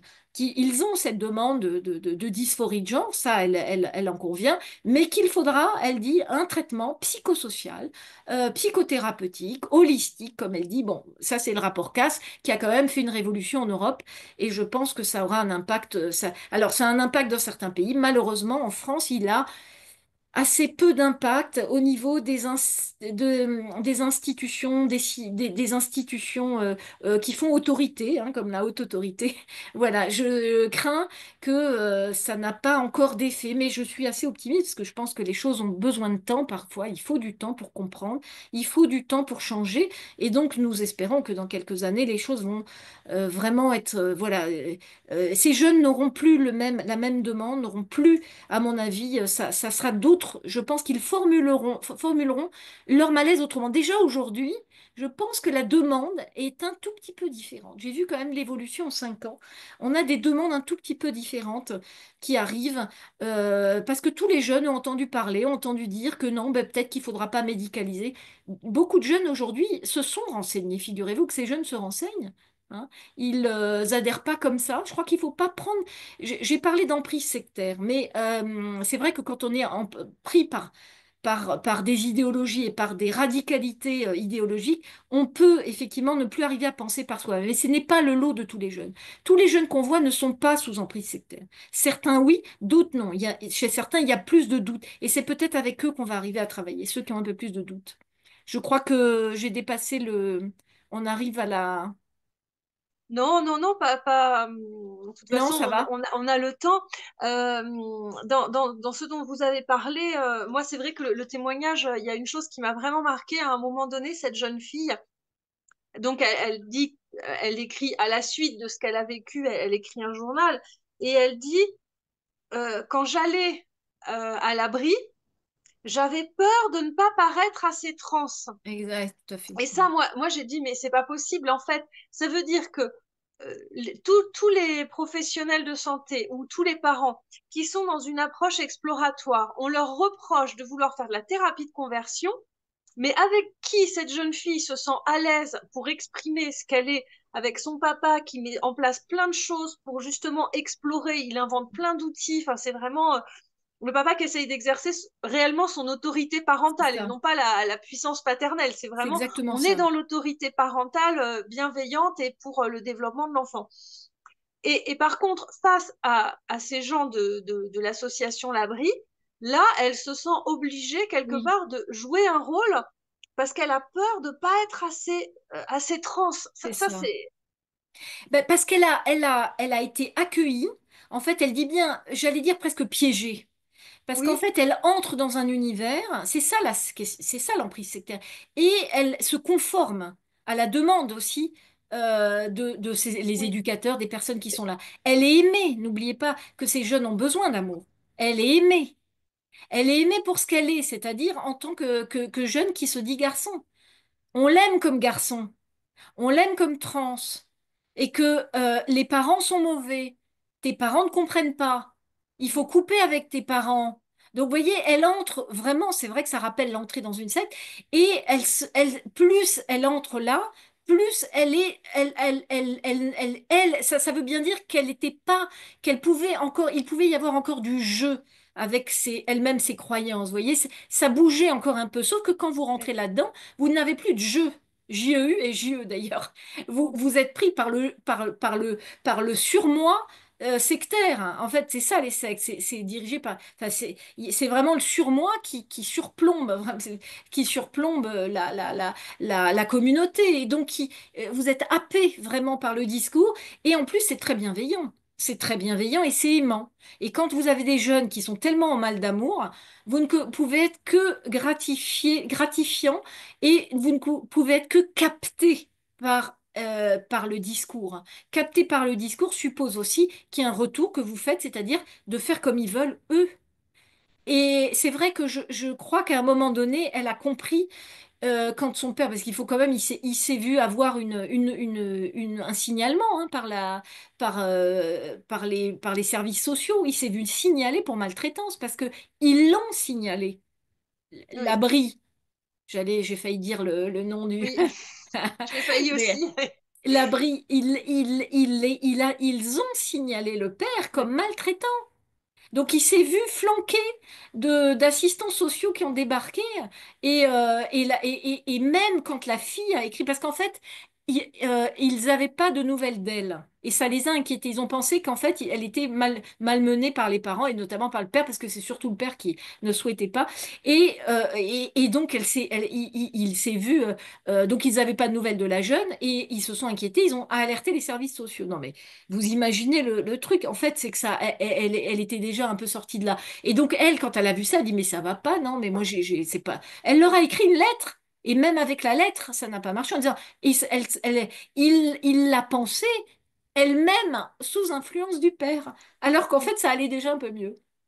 Mais en fait, moi, j'ai trouvé très intéressant parce que de- euh, j'ai vu depuis quelque temps dans le milieu du travail social, il y a 10, 20 ans, on utilisait beaucoup l'autonomie. On parlait d'autonomie, d'autonomiser les personnes, c'est-à-dire de leur permettre d'arriver à intégrer certains repères qui, au fur et à mesure, ne viennent plus des parents, mais on les assimile. Enfin, c'est l'enfant qui va aller assimiler ces repères, ces règles et ce cadre, et donc devenir autonome. Et depuis quelque temps, il y a un nouveau mot qui apparaissait, c'est l'autodétermination. J'étais là, mais qu'est-ce que c'est que ce truc? Et je commence un petit peu à comprendre. Et cette autodétermination que vous mettez que vous comparez à cette autonomie, ça m'a beaucoup éclairé parce que ça m'avait vraiment posé question. Euh, c'est tout à fait ça, c'est qu'à un moment donné, en tant qu'adulte, on va complètement se déresponsabiliser de l'obligation qu'on a vis-à-vis des enfants, notamment la circulaire Blanquer qui dit, bah, s'il y a une petite fille qui est pas d'accord pour qu'un garçon vienne dans sa chambre, bah, elle le dit. Et c'est pas l'adulte qui pose le cadre Oui, c'est de la ça. non-mixité des classes. Et en fait, on se déresponsabilise complètement. Et quand on est face à un papa qui, lui, assume son rôle d'autorité parentale en essayant de lui apporter l'autonomie, c'est-à-dire il autonomise sa fille en l'aidant à réfléchir à qu'est-ce qui lui ferait du bien. Donc là, on est C'est ça. vraiment dans une recherche d'autonomisation, de C'est la ça. faire réfléchir par elle-même et eux sont dans l'autodétermination. Mais quel est le meilleur moyen de manipuler quelqu'un? Moi, j'avais été passionnée par les travaux de Beauvois et Joulet, enfin, de psychologie sociale, sur en fait l'importance de donner l'impression à la personne d'être libre pour pouvoir la manipuler. Oui, c'est Et là, ça. on est complètement là-dedans. Et cette autodétermination, j'ai l'impression que c'est ça, un meilleur moyen de prendre pouvoir en fait sur l'autre. Enfin, je ne sais pas si c'est comme ça que vous l'avez vu, cette opposition entre autonomie et Oui, autodétermination, vous avez mais raison. Et vous le disiez tout à l'heure, c'est vrai que l'autonomie suppose l'autorité, alors que oui, l'autodétermination, il n'y a plus d'autorité. oui. Il n'y a plus l'autorité considérée comme maltraitante, hein. C'est-à-dire que là, le père notamment, d'ailleurs, les parents sont considérés comme maltraitants et donc on leur demande de ne plus intervenir dans les choix de leur enfant. C'est ça l'autodétermination. Intéressant, c'est un mot qui vient du droit, hein, ça vient des pays, d'autodétermination des pays, la non-ingérence hein, aussi, et la possibilité d'être autodéterminé, ça vient du droit, tout ça. Et donc alors que c'est pas le cas pour un individu, il peut pas être autodéterminé, il peut s'autonomiser, c'est ça grandir, hein. Grandir, c'est peu à peu se singulariser pour se détacher des parents et pour effectivement, et ça prend du temps. On sait, nous psy, quand on voit les adultes aujourd'hui, qui encore aujourd'hui, quand ils font un travail sur eux, à quel point c'est encore cette difficulté à à subjectiviser, à prendre en compte leurs désirs à eux et en se désaliénant du désir de leurs propres parents, c'est quelque chose qui prend du temps. Donc la singularisation, l'autonomisation prend du temps, et notamment à l'adolescence. C'est le propre de l'adolescence d'ailleurs. C'est le propre effectivement de l'adolescent que de s'autonomiser, effectivement en étant parfois en conflit aussi avec avec les parents. Bon, mais ils sont dans un jeu aussi de le conflit, c'est intéressant, à condition que les parents tiennent. Pour qu'il y ait du conflit, il faut aussi qu'il y ait un parent qui garde le cadre. Sinon, il n'y a plus de conflit. En fait, là, il y a une absence de conflit. En fait, on n'a plus de conflit. Vous voyez, le conflit, c'est la possibilité aussi de la singularisation, de la subjectivation. Le conflit est nécessaire pour devenir soi. Or là, vous enlevez le conflit, puisqu'il n'y a plus d'autorité. Mais c'est terrible parce que ça me rappelle, enfin vraiment, cette autodétermination, je trouve que, enfin, j'ai l'impression, pour avoir lu Vanessa Springora, en fait, j'ai l'impression que le fait de laisser l'impression que la personne est libre, c'est le meilleur moyen d'être dans la toute-puissance vis-à-vis de la personne, en fait. C'est-à-dire Eh qu'on n'est oui, plus dans l'autorité qui permet l'autonomie, mais en fait, en donnant l'impression à cet enfant qu'on le laisse libre, la victime se rend même plus compte qu'elle subit bien sûr. un pouvoir tout puissant finalement, alors que l'autorité, c'est pas tout puissant, c'est dans l'intérêt de l'enfant. Bien sûr. Et on a vraiment l'impression qu'il y a une prise de pouvoir, et elle ne se rend même plus compte que elle essaye de paraître assez trans, mais quand on y Oui, c'est repense ça. après coup, c'est effrayant. Ils sont dans Mais la toute-puissance vis-à-vis d'elle, en fait. exactement, et c'est exactement les témoignages que j'ai de patients qui sont sortis, qui sont sortis, voilà, qui ont enfin, désisté, comme on dit, enfin, et ils disent, mais en fait, au fond de moi, et j'en ai une qui m'a dit, mais au fond, je savais que j'étais pas un garçon. Mais en fait, le regard extérieur ne lui permettait pas de le dire. Elle avait peur de passer pour une, elle s'était tellement affirmée qu'elle avait beaucoup de mal à revenir à finalement un discours. Alors que bon, elle s'invente, elle avait pas, elle n'était pas entrée dans une association. C'était la différence. Mais elle avait, vous voyez quand même la crainte du regard extérieur, d'être complètement de passer pour pas sérieuse ou pour, pour quelqu'un qui change d'avis. Donc, en fait, certains jeunes, vous sentez qu'il y a ce doute au fond, comme je reprends toujours ce, ce, ce, comment on dit ça, pas une onomatopée, mais en fait, au fond, effectivement, c'est vraiment pour dire qu'il y avait cette petite voix, mais que personne n'avait entendu cette petite voix. Personne ne l'avait entendue parce qu'en fait, elle aurait eu quelqu'un qui entend la petite voix. Elle aurait pu peut-être, vous voyez, ressortir de là, mais elle avait personne pour entendre la petite voix. Donc elle s'était engouffrée dans quelque chose, elle-même n'arrivait pas à sortir. Alors pire encore, quand vous entrez dans un lieu qui n'a absolument aucune nuance et que des certitudes. C'est le cas de ces lieux. Évidemment qu'ils sont bien, oui, ils peuvent leur apporter le couvert, le refuge. Ils peuvent leur apporter tout ça parce qu'ils sont vraiment. C'est vrai qu'il y a, bon, il y en a pas beaucoup, mais il y a quelques mineurs quand même qui ont quitté le domicile parental et se sont retrouvés dans ces lieux. Donc voilà. Et oui, ils accueillent, c'est vrai, c'est vrai. D'ailleurs, c'est même soutenu. Ils ont des financements ces lieux-là par les, voilà, par certains. Bon, j'en dis pas plus, mais euh, c'est, c'est effectivement assez problématique étant donné que ça n'aide pas, encore une fois, le jeune à s'autonomiser, en tout cas, ou à une prise de conscience, mais à l'enfermer encore davantage dans des croyances. Voilà, le problème, il est là. Je reviens à ce mot de croyance parce que c'est quand même le cœur du livre. Mhm. Et vous savez que les croyances sont pas du tout inintéressantes. On- une croyance est intéressante à condition qu'on sache qu'on croit. Si on sait qu'on voilà, c'est intéressant quand on sait qu'on croit. Voilà, c'est la différence avec les croyances qui sont des, finalement, qui deviennent des idéologies et qui deviennent non pas, et qui engouffrent finalement dans de l'irrationnel. En fait, les croyances, pour ça que je trouve la croyance peut être intéressante à condition qu'on puisse revenir au monde rationnel, vous voyez, et avoir aussi pourquoi pas un monde d'imaginaire, de fantasmes et pourquoi pas d'irrationnel, c'est pas un problème.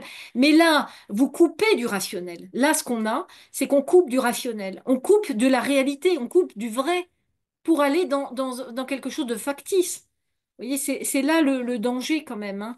C'est surtout, encore une fois, je parle des adolescents, parce qu'à l'adolescence, si vous embarquez des adolescents dans des, là où ils cherchent justement à frayer une voie dans le réel, dans le monde, dans le monde, et que vous le coupez de ce réel-là, vous l'enfermez. Et alors qu'il est déjà enfermé dans des pensées parfois effectivement qui s'imposent à lui, hein, dans des pensées obsessionnelles, parce que ces jeunes-là ont ces pensées obsessionnelles, hein, des ruminations. Si en plus vous l'enfermez dans une croyance, ça risque de poser problème. Je dis pas que tous les jeunes, ça pose problème pour tous, mais je reviens encore une fois à cette nuance que j'aime bien donner. C'est surtout pour ces jeunes qui sont fragiles. Surtout pour les jeunes qui présentent, on dit des comorbidités, mais surtout une psychopathologie, tout simplement. Nous parlons finalement que c'est de ces jeunes-là. Les jeunes qui vont pas bien, qui ont des problèmes qui ont parfois des problèmes importants, qui ont été hospitalisés, qui ont fait des tentatives de suicide, et pas à cause de ça, hein, pas à cause parce qu'ils sont trans, mais ils sont fait, avant même, il y avait déjà une dépression qui était parfois sous-jacente, qu'on n'a pas toujours détectée, ou parfois même des agressions. Il y a eu parfois pour certaines filles, hein, des agressions effectivement. Donc, il faut d'abord arriver à comprendre, mettre un vrai diagnostic. En fait, voilà, il faudrait un vrai diagnostic et pas un diagnostic qui est un diagnostic iatrogène. J'aime bien l'idée de ce diagnostic iatrogène, c'est-à-dire que c'est un diagnostic qui embarque là-dedans, qui crée la dysphorie de genre. En fait, c'est un diagnostic qui crée réellement de la dysphorie de genre. Bon, de toute façon, ce syntagme me pose problème depuis pratiquement le début, et c'est pour ça que j'avais proposé transidentification pubertaire, et là maintenant nous avons, donc c'est un des derniers chapitres, proposé on l'a appelé une proposition clinique sans prétention. On a parlé d'ASP. Angoisse de sexuation pubertaire, puisque c'est vraiment à quoi on assiste, c'est vraiment ce qu'on voit chez ces jeunes, des angoisses par rapport au développement de leur corps, c'est surtout centré sur les parties de leur corps, ou pour les garçons, c'est différent chez les filles. Alors, chez les filles, c'est les parties de leur corps, c'est les seins, les hanches, les épaules, et chez le garçon, alors les garçons, c'est intéressant, ce qu'ils peuvent vous dire, c'est la carrure. La carrure, ah ben c'est ma carrure. Et c'est des garçons qui ne veulent pas apparaître comme des machos. Vous avez des jeunes garçons qui veulent pas apparaître comme en ayant un modèle en tête. Voilà, ah, je veux pas être comme mon père macho, ou je veux pas être comme. Et en fait, c'est des jeunes, alors parfois homosexuels, effectivement, qui ont du féminin en eux, enfin, qui ont voilà, et qui ne veulent pas être. Alors, vous voyez à quel point c'est régressif, c'est qu'on revient à des stéréotypes. C'est-à-dire, une fille, c'est comme ça, et un garçon, c'est comme ça. Donc, une fille, si elle est masculine, eh ben, elle doit être un garçon. Ah, et un garçon se dit, enfin, qui se sent un peu féminin, me dit, oui, mais je me sens mieux avec les filles. Bah oui, mais il y a des garçons qui sont plus féminins, c'est pas une fille pour autant. Bon, voilà. Vous voyez la régression actuellement? On est dans une régression avec tout le combat des féministes. On en est là aujourd'hui. Et certains qui nous disent que c'est nous les transphobes et je sais pas quoi, les extrémistes là. Mais c'est complètement aberrant. Complètement aberrant. On est dans une régression. J'ai jamais vu un binarisme comme ça. Nous, on est beaucoup plus fluide qu'eux. Nous, on est dans une fluidité, pas de genre, mais on pense qu'une femme, eh ben, elle peut être masculine. C'est ça la fluidité. C'est pas que quand on est une fille qui se ressent un garçon, qu'elle est un garçon. Non, mais tout s'est retourné. C'est-à-dire, c'est nous qui apparaissons, vous voyez, en régression, réac, d'extrême droite, etc. Alors qu'en fait, c'est eux. Oui, tout à Bon, ça, fait. je le dis avec un peu et c'est vrai qu'on en a ras-le-bol, quoi. On en a ras-le-bol. On vient pas de ce milieu-là, politique. Enfin, c'est aberrant. On n'est même pas politisé, mais c'est complètement aberrant ces accusations qui n'arrêtent pas. Et dans tous les, alors là, et en plus, ils s'appuient. Alors ça, c'est quand même intéressant. Ils vont s'appuyer sur Mediapart et sur Wikipédia pour le dire. Quand moi je me suis fait attaquer dans mon université, ils sont allés voir sur Mediapart. Mais oui, mais dans Mediapart, Céline Masson, elle était... Mais oui, mais Mediapart sont idéologues. Évidemment que dans Mediapart, ils ont dit tel et que j'étais d'extrême droite, manif pour tous, etc. Et voilà, on va s'appuyer sur ça et on va croire on fonde on fonde. Vous voyez comment même des chercheurs vont fonder leur perception de l'autre et d'un combat qu'on mène, qui est un combat d'ailleurs, c'est aussi une recherche, parce que je pense qu'on est du côté de la recherche, à partir de propos de Mediapart. Vous dites, ce monde va pas du tout.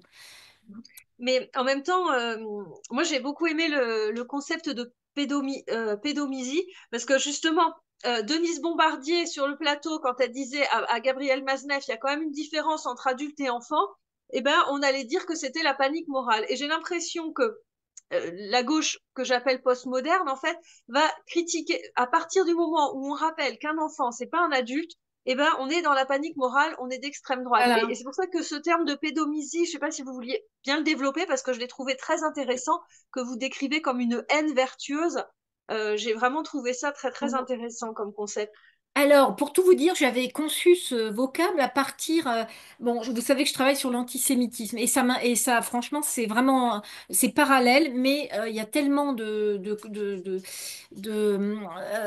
c'est une idéologie aussi, l'antisémitisme, donc ça m'aide beaucoup à comprendre notre idéologie. Donc, j'ai forgé ce mot.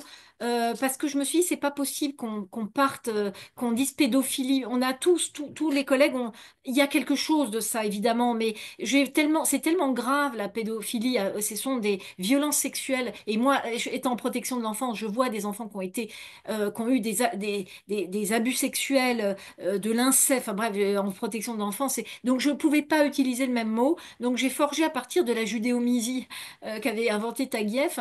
Et je me suis dit, tiens, c'est intéressant, je voulais trouver un mot à partir de l'enfant, la haine de l'enfant. Donc j'ai forgé ça dans ce sens, de la pédomisie. Et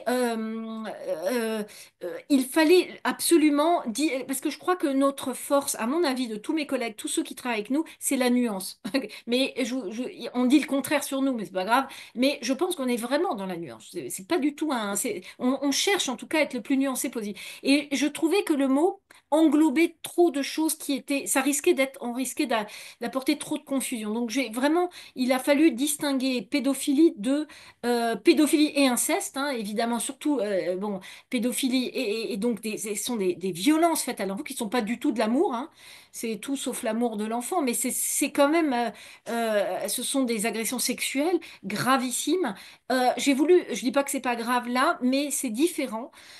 Nous avons, alors il peut y avoir aussi, parce que vous avez vu, bon, on rentre pas dans le milieu trans, effectivement, il y a pu avoir aussi de la pédophilie, mais là, pourquoi haine vertueuse, c'est parce que on parle quand même plus des médecins. Donc nous parlons là spécifiquement des médecins et de leur perception de l'enfant. On se dit, c'est quand même étrange pour des médecins de ne pas considérer le temps de l'enfance. Et c'est pour ça on a parlé de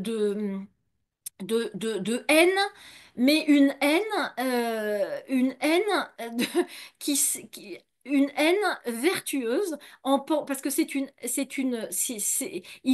médecins pensent faire le bien en transitionnant ces enfants, en les aidant à transitionner, mais quand on en arrive quand même à des interventions médicales, c'est-à-dire sur le corps,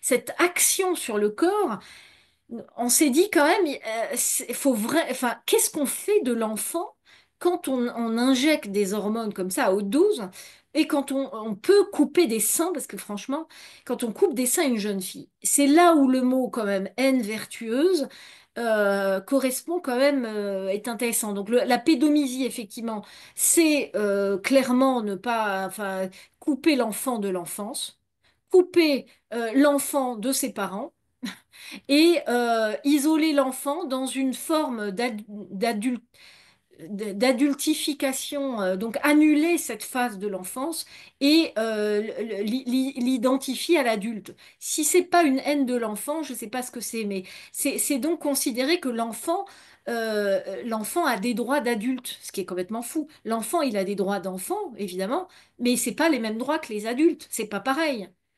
L'enfant, parce qu'il grandit, parce qu'il est un être en devenir, il ne peut pas avoir les mêmes droits que les adultes. Il ne peut pas, d'ailleurs, il peut pas prendre de l'alcool, il peut pas, même un tatouage, il faut avoir 18 ans pour un tatouage, il vote pas avant 18 ans. Bref, voilà. Alors, effectivement, dans certains pays, c'est 16 ans. Bon, mais c'est vrai que 16-18 ans, ça reste quand même aujourd'hui l'adolescence est beaucoup plus tardive qu'avant, hein, même si on a le droit de vote à 18 ans on reste quand même dans un âge. Alors, c'est enfant au sens large, hein, quand on parle de l'enfant. C'est l'enfant de 0 à 18 ans, hein. C'est l'enfant en termes juridiques, hein. Donc, effectivement, ça interroge sur la perception qu'on a de l'enfant, sur la capacité de l'adulte à aider l'enfant, et notamment pour un médecin, à aider l'enfant à prendre soin. Est-ce que c'est prendre soin? C'est une question qu'on pose. Est-ce que c'est prendre soin que d'accéder à une demande à un adolescent qui n'est pas trans? Moi, ça m'interroge, en tout cas, la haine vertueuse, j'ai trouvé ça, voilà.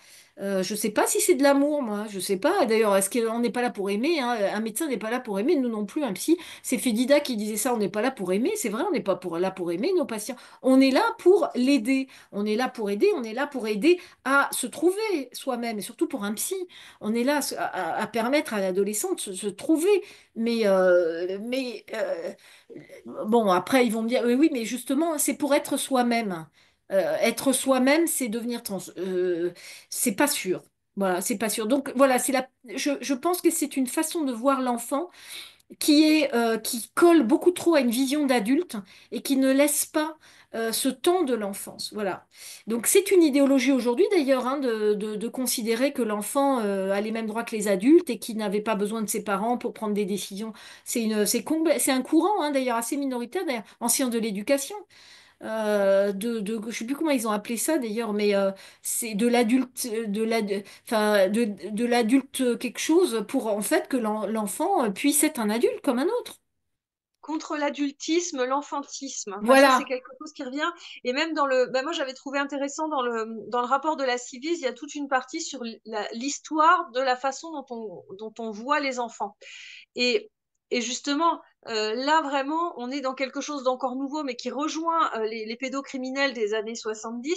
C'est c'est- c'est, euh, c'est ce discours victimaire, c'est-à-dire de dire toute personne, en fait, au lieu de dire, évidemment, les pédocriminels, ils n'allaient pas dire on veut violer des enfants, ils préféraient ouais, dire il faut laisser la liberté aux enfants d'avoir une vie sexuelle avec des c'est adultes. Ben, ça, c'était exactement. complètement une inversion. Et là, c'est pareil, on va Et oui, laisser oui, aux enfants. Et d'ailleurs, en ce moment-là, il y a une expression qui ouais, revient très souvent, c'est personne mineure. Et en oui, c'est disant, et ça. quand j'entends personne mineure, ben je vois moins un enfant que quand on me Ben dit oui. enfant. Voilà. Et Et d'ailleurs, il y donc, a par le langage, on invisibilise. vous connaissez Cantel, hein, il dit que l'enfant n'est pas une personne, c'est intéressant. Il est en psychologie du développement, je crois, D'accord. ou en sciences de l'éducation. Bon, en tout cas, c'est intéressant parce qu'effectivement, il n'est pas au même titre que l'adulte. Et alors, le mot pédophilie aussi, le problème de ce mot, c'est effectivement l'amour qu'il n'y a pas d'ailleurs dans un cas ni dans l'autre. Enfin, on n'a pas un adulte qui abuse d'un enfant n'est pas un adulte qui aime, ouais, il aime au sens effectivement de l'envie sexuelle, mais même, je pense que ce mot, de toute manière, il est compliqué. Mais laissons-le dans son champ, parce que c'est important de bien distinguer aussi de de quoi on parle, parce qu'évidemment, Alors, maintenant, qu'on trouve des abus dans des associations, oui, il y a eu des abus sexuels aussi dans des associations LGBT, enfin, il y a eu, ça a défrayé la chronique en Angleterre. Bon, mais c'est autre chose, c'est pas ça dont on voulait parler, nous, c'est vraiment par rapport aux médecins, en tout cas, hein, de bien distinguer pour effectivement interroger cette place du médecin à l'égard de l'adolescent. c'est-à-dire comment il perçoit ce jeune et comment surtout il entend la demande et comment il y répond. Donc c'est quand même ça qui frappe. D'ailleurs, pour vous donner, on cite, j'avais vu le film de Claire Simon, vous savez, Notre corps. C'est extraordinaire ce que vous entendez dans ce documentaire, il est très bien fait. Et à un moment donné, elle va filmer une consultation avec un médecin, un adolescent, je crois qu'il a 16 ans, enfin c'est une fille vient voir avec sa mère et il lui dit alors, voilà, tu vas. Et quand même, il lui dit, mais tu sais que tu pourras pas avoir d'enfant parce qu'elle, ah oui, elle vient pour prendre la testostérone. Elle a 16 ans ou 17, 16 ans ou 17 ans. Et le médecin lui donne, donc lui indique quand même que il va. Est-ce que si elle est d'accord de congeler ses ovocytes pour éventuellement plus tard avoir des enfants. Et donc là, elle dit, mais je peux pas avoir un enfant avec mon spermatozoïde? Bon, ça, Oui, c'était assez extraordinaire. C'est là quand vous dites utopie. Quand je dis utopie de genre, c'est ça, c'est-à-dire qu'il est complètement déconnecté. Elle dit, et je peux pas avoir un enfant avec mon spermatozoïde. Heureusement, le médecin, là, il lui dit, non, non, ben, t'as pas des spermatozoïdes, t'as des ovocytes. Et en fait, elle est complètement surprise. Elle regarde sa mère, complètement surprise. Elle pensait vraiment devenir un homme. Vous voyez, c'est ça. Et là, vous voyez le truc. Vous voyez, c'est des scènes. Moi, je dis toujours que les artistes nous donnent quand même la réalisatrice, là, c'est génial, cette scène est géniale parce que vous avez tout là. En fait, elle est complètement hors sol, je veux dire, la jeune est hors sol là, euh, elle sait pas qu'elle a, vous voyez, ils n'ont pas la connaissance de leur corps, de ce que c'est qu'être une, enfin, au moins au sens, enfin, du biologique, comment on fonctionne, c'est assez frappant, c'est-à-dire que la croyance a complètement emporté. Alors, est-ce que c'est un déni de réalité, je sais pas. Mais en tout cas, c'est assez frappant parce que vous vous dites, vous avez donné de la testostérone à une fille qui ne sait pas qu'elle a des ovocytes et pas des spermatozoïdes. C'est-à-dire comment elle peut savoir dans 10 ans ce qu'elle voudra être, ce qu'elle voudra faire et si elle veut des enfants ou pas. Elle en sait absolument rien parce qu'elle a aucune projection dans le temps. Il n'y a même pas une projection il n'y a aucun sens historique. Il n'y a pas de sens. Je dis toujours, ils sont en apesanteur historique, les jeunes aujourd'hui. Il y a vraiment une coupure de l'histoire, une coupure de la biologie, du savoir biologique. Il y a une coupure pour une utopie.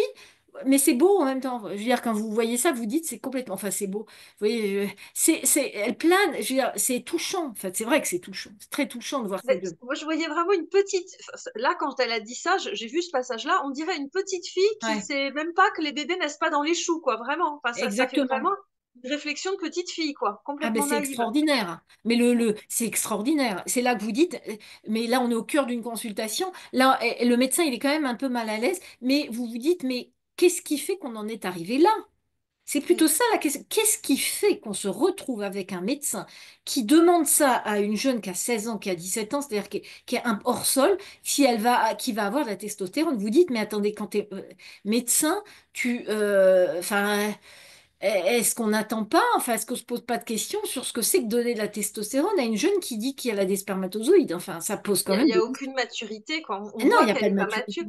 Et c'est ça que je trouvais intéressant dans cette notion de pédomisie, c'est-à-dire que on nie complètement Voilà, la catégorie d'âge. c'est ça. Alors, C'est je exactement dis pas ça. qu'il y a que je dis pas qu'ils sont pédocriminels, mais en fait, c'est la même Non, non, logique. C'est la même logique, le c'est fait la de même nier la logique. catégorie d'âge, Oui, c'est toujours dangereux, en fait. Pour les voilà. enfants, quand on nie l'enfance, c'est toujours dangereux pour eux, quoi. Exactement, c'est vrai que ça n'a rien à voir avec. C'est pour ça que je Oui, nuance bien pour pas les. oui, Mais par contre, c'est oui, tout vrai à qu'on fait. on efface les limites. Et vous savez que quand on efface les limites, c'est la porte ouverte à tout. Vous pouvez, alors eux, évidemment, qu'ils feront pas autre chose, mais c'est pas eux le problème là. C'est qu'on ouvre les limites. C'est un problème pour la société. C'est-à-dire que le médecin ne se rend pas compte qu'à titre individuel, il ouvre des vannes au niveau de la société, au niveau anthropologique, au niveau des fondements. Et on a, nous, citoyens, une responsabilité par rapport à un socle commun. Là, quand on agit comme ça, en tant que citoyen, on est médecin mais on est citoyen, on efface des limites et on fait porter un risque à notre socle anthropologique. Ça, je pense qu'il n'y a pas la conscience chez ces médecins. Il n'y a plus la conscience du commun. Il n'y a plus la conscience, effectivement, du corps commun. On est dans une médecine de service pour répondre à la demande, mais on n'a plus la conscience du commun de la société. Vous voyez là où ça a dérapé. Alors, il y a une question que je viens de trouver. Est-ce que, alors c'est une question, ça va couper un petit peu, c'est sur la non-binarité. Est-ce que ce serait le fait de se dire non-binaire une sorte de degré vers une transition ou vers une non ou vers une détransition?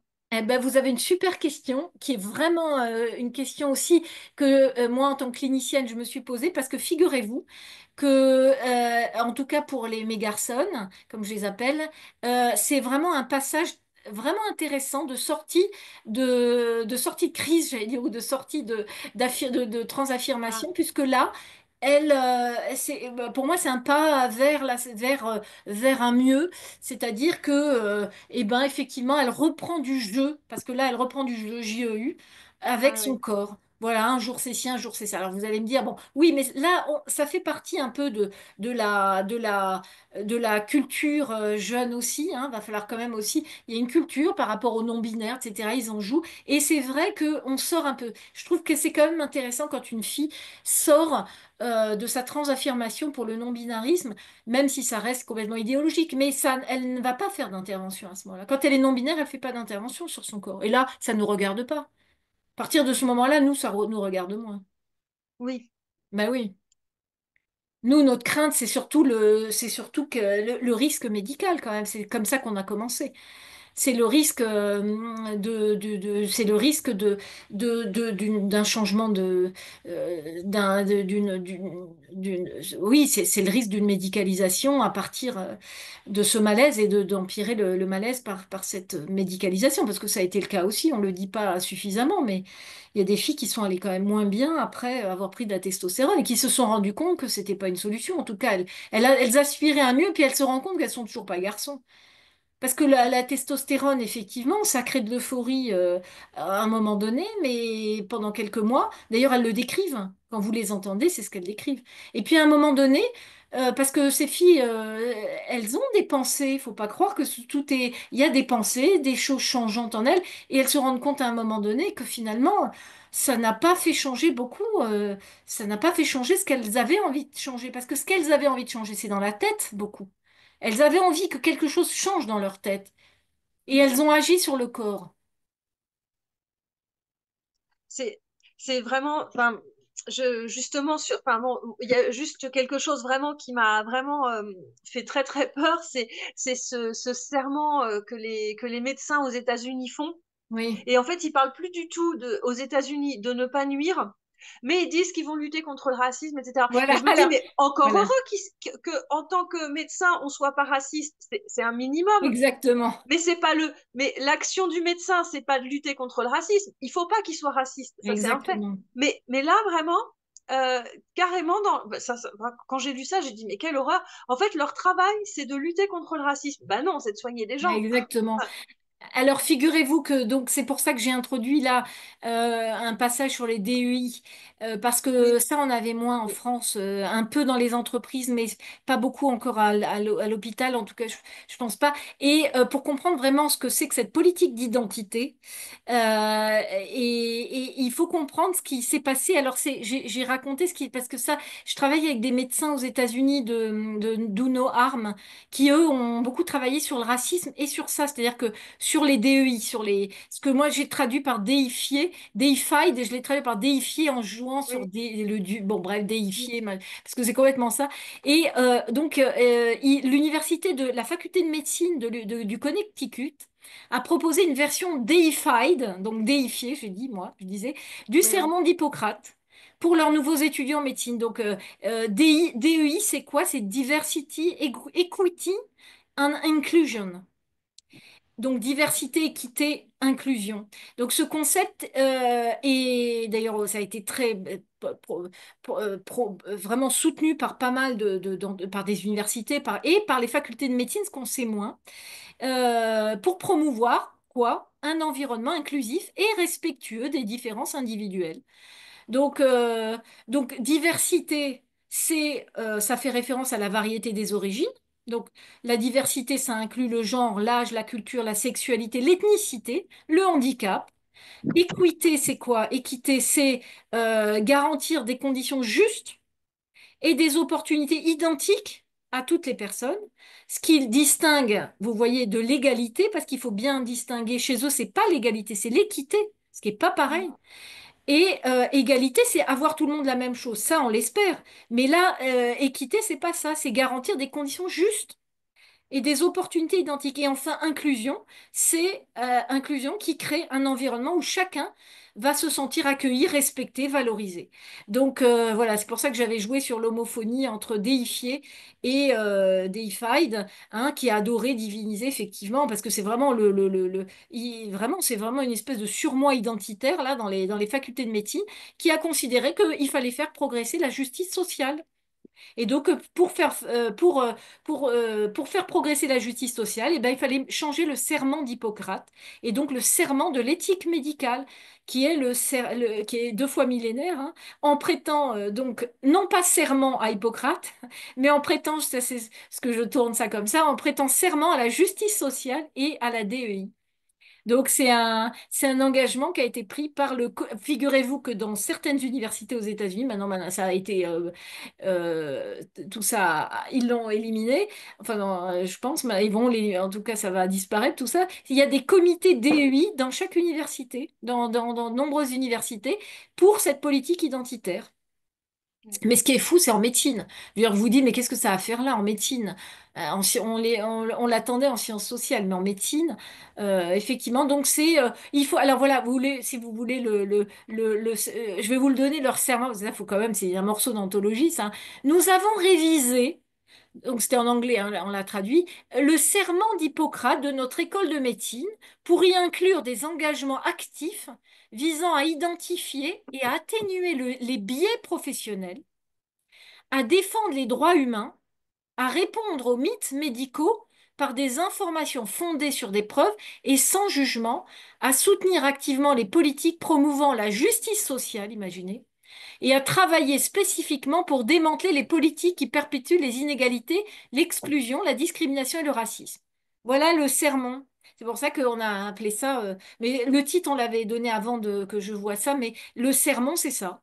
Alors là, on est exactement, le centre du livre, c'est ça, le sermon est là. Oui. Alors que qu'il n'y ait pas de discrimination, c'est le minimum, mais que ce soit leur action principale, on se dit, Ben mais oui, c'est fou. Bon, on arrive quand même à la fin du webinaire, c'était passionnant. Merci Céline. Merci à vous d'avoir été présente aussi. Voilà, notre prochain webinaire, il aura lieu le premier dimanche de juin, ce sera le 1er juin. Vous allez recevoir une invitation par mail et la vidéo d'aujourd'hui va être diffusée sur YouTube quand elle sera montée. Vous recevrez un lien par mail et vous pourrez diffuser. Nos premières vidéos sont déjà sur YouTube. Vous tapez WDI francophone ou Nous Femmes. Et je vous rappelle que vous pouvez signer et partager la Déclaration des droits des femmes basée sur le sexe sur notre site du WDI, womensdeclaration.com, tout attaché. Et je vous dis merci et à dans un mois. Au revoir. merci beaucoup.